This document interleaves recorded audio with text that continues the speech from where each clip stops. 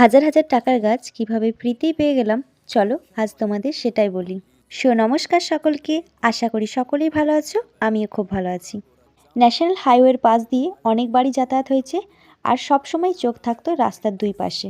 বিশেষত এই শীতের সময়টা গেলে দেখা যায় বিভিন্ন রঙের বোগেনভেলিয়া রাস্তার পাশগুলিতে পুরো ভরে ভরে হয়ে আছে। তাই এবারে যখন গিয়েছিলাম মনে করে ব্যাগেতে কাটারটা নিয়ে যেতে একদমই ভুলিনি, আর সেই মতো রাস্তার পাশ থেকে দেখে দেখে মনের মতো গাছের ডালগুলিকে কেটে নিয়েছিলাম।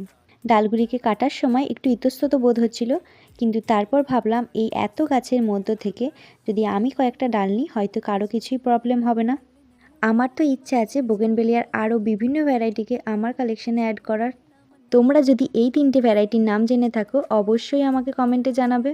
আর আমার এই কাটিং থেকে গাছ তৈরি করার পদ্ধতিটা যদি তোমাদের ভালো লেগে থাকে একটি লাইক দিয়ে দিও প্লিজ। এখন তাহলে আসি, দেখা হচ্ছে পরবর্তী কোনো ভিডিওতে।